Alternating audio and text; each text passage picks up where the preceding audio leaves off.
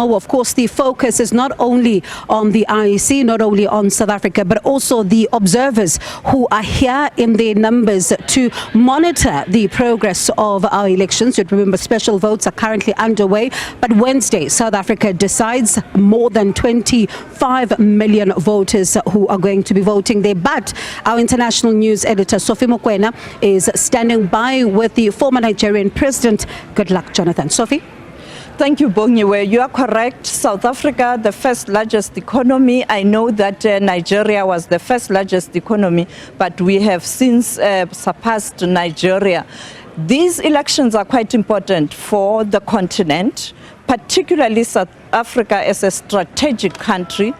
Also, when you look at the SADC region, we spoke to international observers yesterday from countries such as Russia, Uganda, Venezuela, and many others. And I can also confirm that the former president of Kenya, Uhuru Kenyatta, is around. We haven't spoken to him, but we are hoping to speak to him because these elections form part of the countries that will be going to elections around the world. 60 countries will go to the polls. Some of them have gone to the polls already. You know that that is Russia, was able to elect the president. You know that currently India elections are underway, and now South Africa, and these countries are members of the BRICS nations.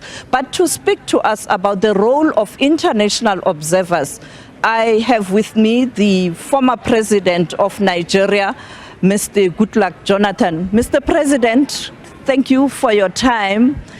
We are now the first largest economy. The last time when you were in office, you were the largest economy. Let me congratulate South Africa for that. When Africa is growing, everybody is growing. So congratulations. Thank you, Mr. President. Mr. President, you have a vast experience in relation to observing elections. You've led many missions in South Africa, on the continent since you left office. Take us through the role of the observers. Thank you so much. In most cases, people doubt the relevance of observers in their electoral processes. But observers play a key role, international observers, because when we go to countries to observe the elections, we are not only after the credibility or the voice of the elections, but what are the things that that country is not doing rightly? And what are the things they are doing rightly? And our reports make suggestions to the government, the electoral management bodies, and other key stakeholders, including the political parties, what they need to do to make sure that the elections meet this international standard, the best global practice. That is one of the key roles. If there are areas the country is not doing well, we point it out. We are not really to condemn elections. We don't play the role of the judiciary. International election observers cannot replace the judiciary of any nation. They are to adjudicate based on the local laws of that nation. But our duty is to find out what was not done properly and make suggestions as to improve that. Often there's criticism that the observers arrive too late in countries to observe elections. The critical point is preparations and campaigning, but we often see them on voting day and after a few days after voting when they present a preliminary report. Why? One thing citizens don't understand is that there are two categories of observers for every observation mission. We have the people who call long-term observers and the short-term observers. The short-term observers come sometimes few days, maybe 5 days, 4 days to the election. But the long-term observers stay in the country for months.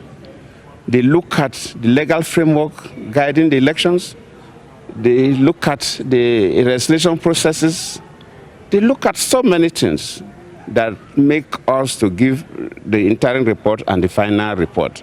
But what they notice is that the short-term observers that come probably a week to the election, no. They all have long-term observers that stay sometimes upward of 3 months before the elections.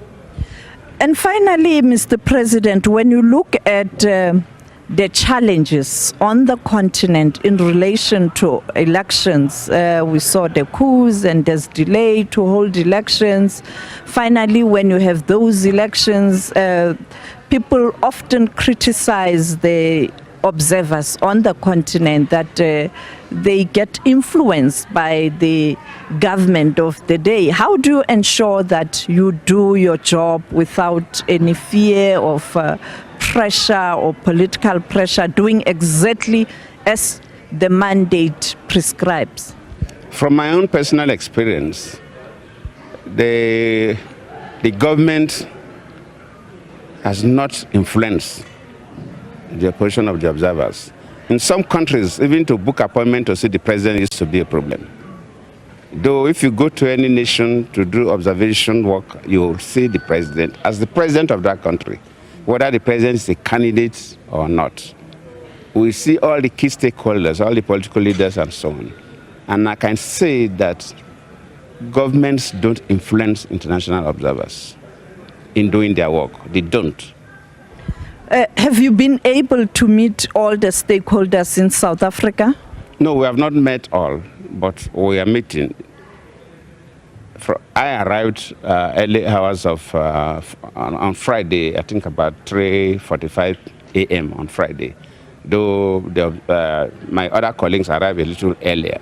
And since we have been interacting with the key stakeholders from the security, the political parties, the electoral management body, here we have met with the IEC.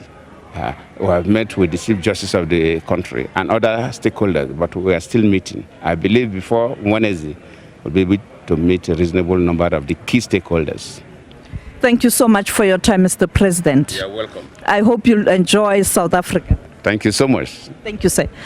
That was the former president of Nigeria, Goodluck Jonathan, who is head of a mission, ASA, where they are going to observe elections in South Africa. As you heard, they've already met quite a number of stakeholders, the critical one, of course, being the Electoral Commission of South Africa. And I think we will see them, particularly on voting day, in different polling stations. And back to you, Bongiwe.